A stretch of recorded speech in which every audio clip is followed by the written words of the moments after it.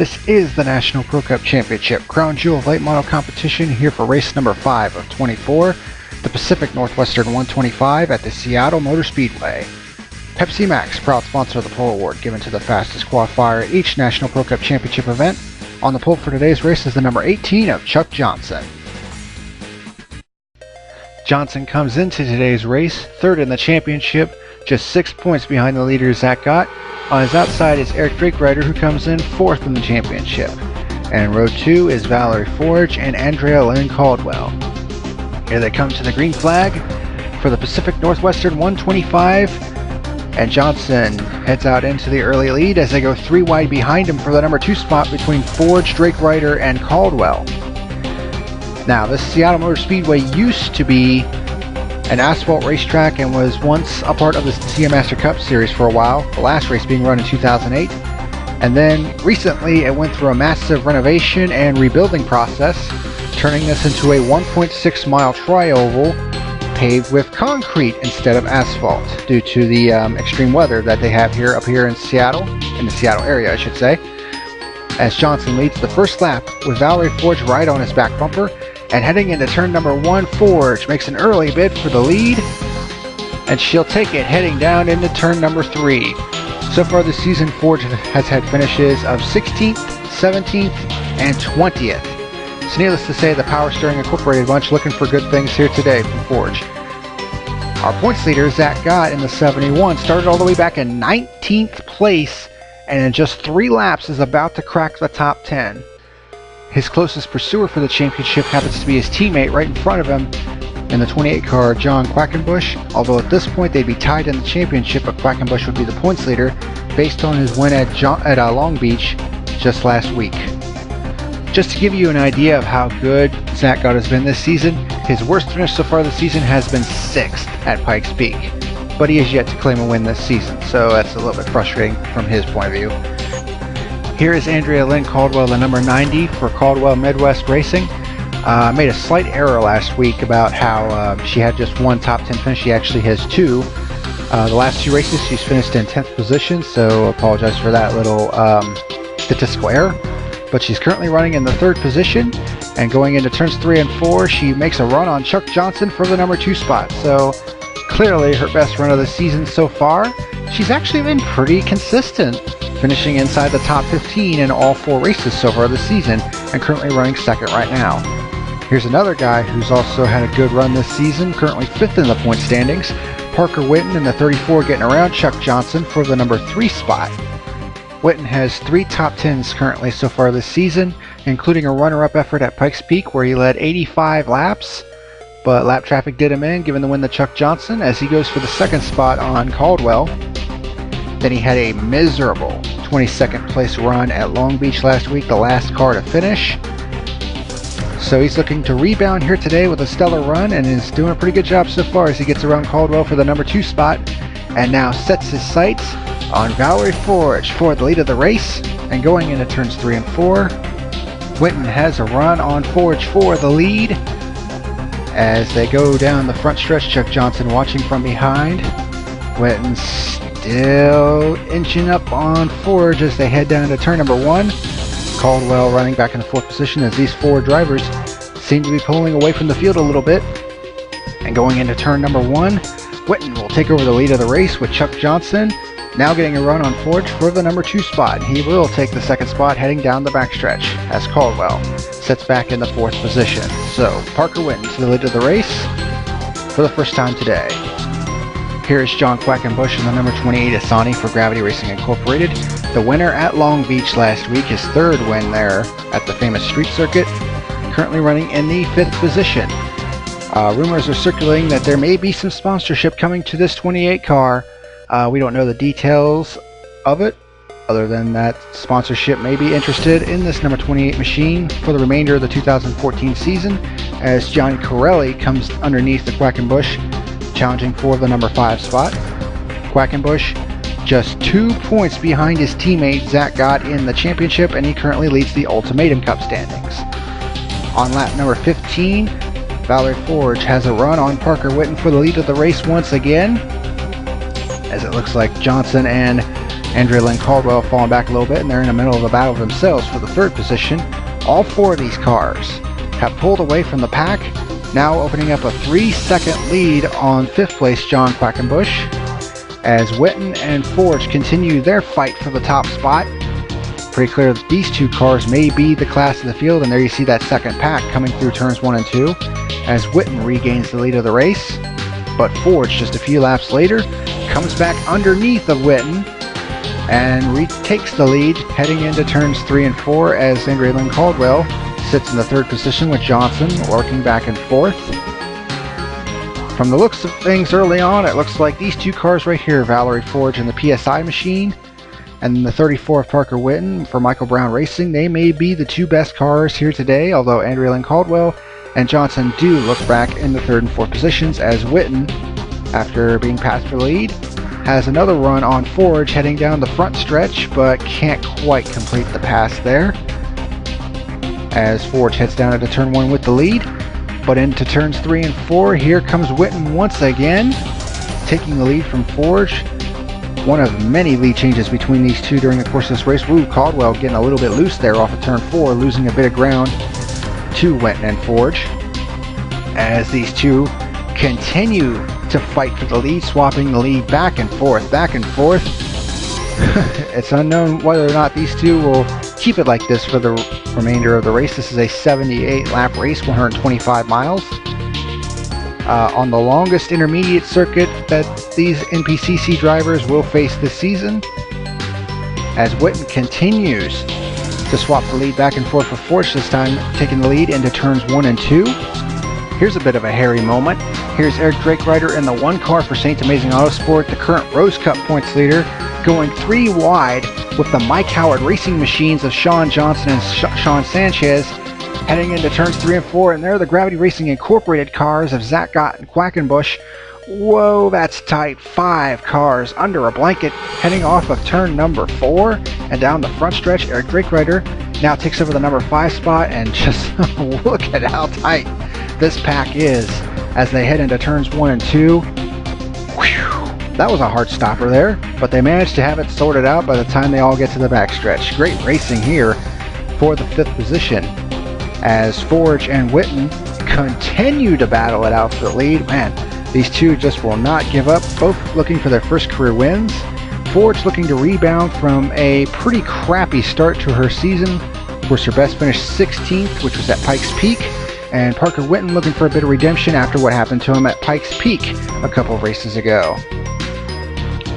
As Andrea Lynn Caldwell now starts to get in on the fun in the number 90 car, Witten takes over the lead once again from Forge, and this time around Caldwell is there to take advantage and take over the 2nd spot from Forge, although it doesn't look like she has anything for Witten just yet. As they come up to the halfway point of the race, Witten gets underneath of the 13 of Aubrey Wood, who's been off the pace today, which is kind of surprising considering how well she's run this season. I guess sometimes you hit the setup and sometimes you just miss it completely, so kind of surprising to see Aubrey Wood off the pace though. But that's just the way it goes sometimes in racing. Witten leads the halfway point of the race, but here comes Forge underneath once again for the lead, obviously not giving up. You'd think that these 2 would take it easy because there's still 38 laps remaining, still quite a ways to go here at Seattle, but these 2 are racing like it's the last 5 laps, and they've been doing it pretty much all race long. So, but it's making for a pretty good show here today for the Seattle fans as they come across the lap car of Isabella Messina, who's also been quite off the pace today, started 23rd, and that's where she is at the moment. So it's surprising to see the 51 off the pace today. As the battle continues for the lead between Forge and Witten as they come to the line. Wow, that's pretty close. Would be pretty cool if we saw that at the end of the race, a photo finish like that. That time Forge led by inches, even though the camera angle wasn't really that good. But this time Witten slips up a little bit and allows Caldwell and Johnson to retake the 2nd and 3rd positions. As green flag pit stops have kicked off, the 51 of Messina, the 49 of Arthur Gordon is in, the 99 of Roy Warren follows suit. Alexis Farr, Nick Van Gelder, and Joshua Michaels make their way onto pit road for their lone stops of the day. as does the 04 of Betty Cox. The 34 Parker Witten is on his way in, one of the leaders. Eric Drake Ryder, Star Banner, Zach Gott, Sean Johnson, Gianni Corelli, and Oi Mishishima all making pit stops on this time around. The 08 of Ray Takita and the 02 of Jennifer Duke on their way in next. And here come the leaders, Forge, Caldwell, and Johnson making their pit stops. Here comes Sanchez and Aubrey Wood, who's a lap down. The 2 of Vinny LaBouffe and the 66 and Nate Patrick make their pit stops. John Quackenbush actually stayed out and led a lap and gained a critical bonus point, so that's pretty smart. Several of the pit crews having terrible stops, making critical mistakes. The 34, the 18, and the 93 of the 4 contenders in this race having problems. And the other one, Valerie Forge, getting into a bit of trouble here as Joshua Michaels makes contact with the 24 on pit road as the 8 is leaving and the 24 is coming in. The officials were not too pleased with this and promptly called Michaels to the hauler. I would expect some kind of penalty from that, as Forge, despite her pit road problems, comes out as the leader with an 8-second advantage. So terrific work by her pit crew to get her out into the lead of the race with a huge advantage. And running in the second position is her teammate, Star Banner, who also had a terrific pit stop and now runs in the number 2 position. So both of the Power Steering Incorporated machines running first and second. And in the middle of this pack of cars is the rest of the top 5. John Quackenbush currently running third as Zach Gott goes 3 wide with Aubrey Wood and Eric Drake Ryder. That's for the 4th position, as the 13 of Aubrey Wood, the 15 of Gianni Corelli, and the 64 of Oi Mishishima all a lap down due to problems in the pits. These 3 drivers right here, Quackenbush, Gott, and Drake Ryder, they all had stellar pit stops, didn't really have too many problems, although they run 10 seconds behind the leader.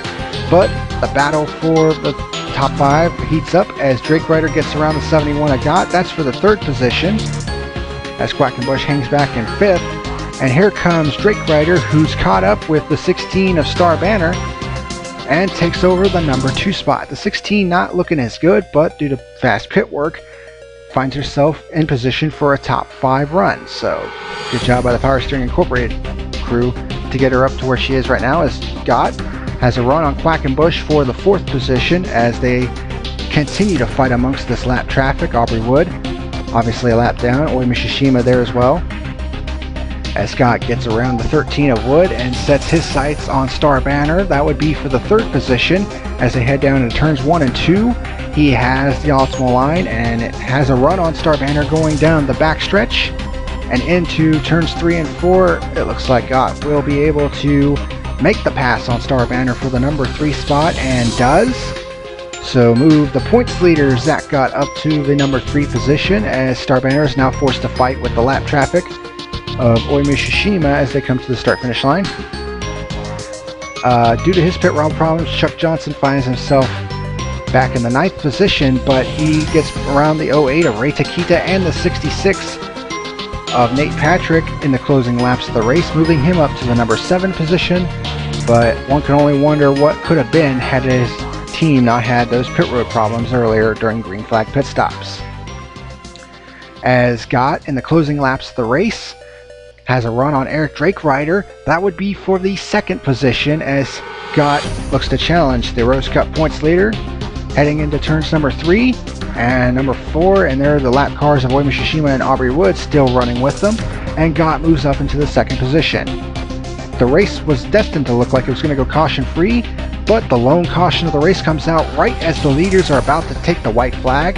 The 04 of Aubrey Wood has an ignition problem and has to pull the car down to the apron, forcing the yellow flag.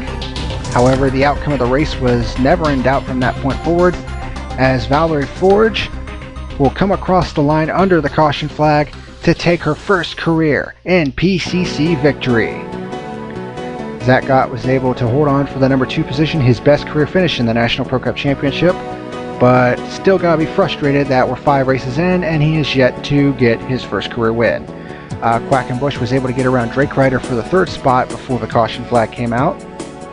Star Banner finishing in the 5th position, her 2nd straight top 5 finish. Alexis Farr finishing 6th. But really didn't see too much of Farr today, but sneaks in there for a 6th place finish. Chuck Johnson, the pole sitter, comes home in 7th. Nate Patrick sneaks his way into a 2nd straight top 10 finish. Ray Takita in 9th. And Jennifer Duke rounds out the top 10. After some early struggles for Duke, she's certainly turned it around a little bit with her 2nd straight top 10. Andrea Lynn Caldwell finishes in 11th, continuing her string of top 15 finishes, although I think she had a better run today than her finish indicated, as did Parker Whitten, who led 21 laps today, but ended up 12th after a bad pit stop. Sean Johnson and Sean Sanchez finishing 13th and 14th. Roy Warren, kind of an off day for him. We didn't see too much of him, finishing 15th. Arthur Gordon in 16th.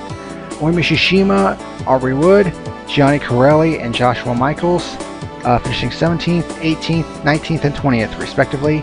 And the last 4 finishers, Nick Van Gelder having an off day today, finishing 21st. Benny LeBouf, 22nd. Isabel Messina, uncharacteristically off day for her, finishing 23rd. And Betty Cox, dead last after her ignition problem. The NPCC Rose Cup, after 3 of 15 races, Drake Ryder continues to lead the way, but Zach Gott now moves up into 2nd, just 14 points back. That's kind of a big gap between the rest of the field. Chuck Johnson, Whitten, Forge, Quackenbush, Warren, Nick Van Gelder, Takita, and Messina round out the top 10, 59 points separating the top 10.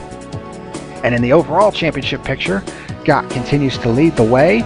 Quackenbush, though, still just 6 points back, finishing right behind him in today's race. Chuck Johnson in 3rd, 18 back. Drake Ryder, 25 back. Parker Whitten remains in the 5th position.